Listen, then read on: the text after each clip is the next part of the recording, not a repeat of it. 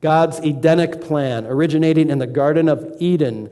And we read about that in the first book of the Bible, Genesis. The garden was designed to be God's dwelling place here on earth. This is where Yahweh dwelt. The garden God planted was his gateway, the gateway between heaven and earth. His presence was here with us. This presence, represented by his name, capital N, name, stood for divine connection and relationship. This connection was his creation, and this relationship was with his image bearers, humans, us.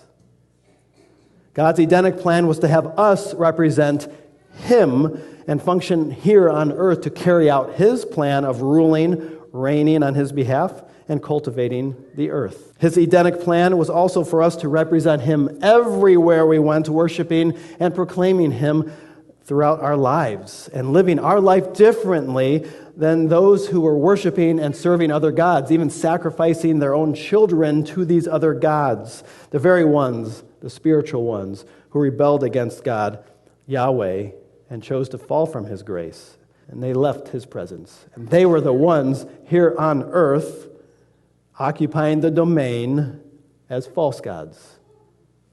And they were putting their names in place of Yahweh's name on his imagers. Well, that wasn't going to fly. It wasn't okay with Yahweh.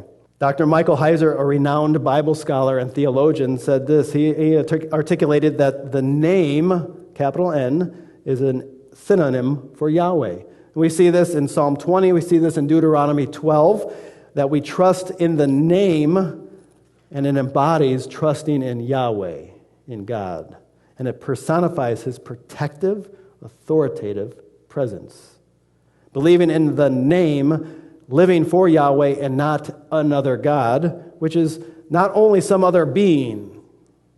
Listen to this. It's not only following another being or an idol, but it's also any focus or endeavor that takes up our life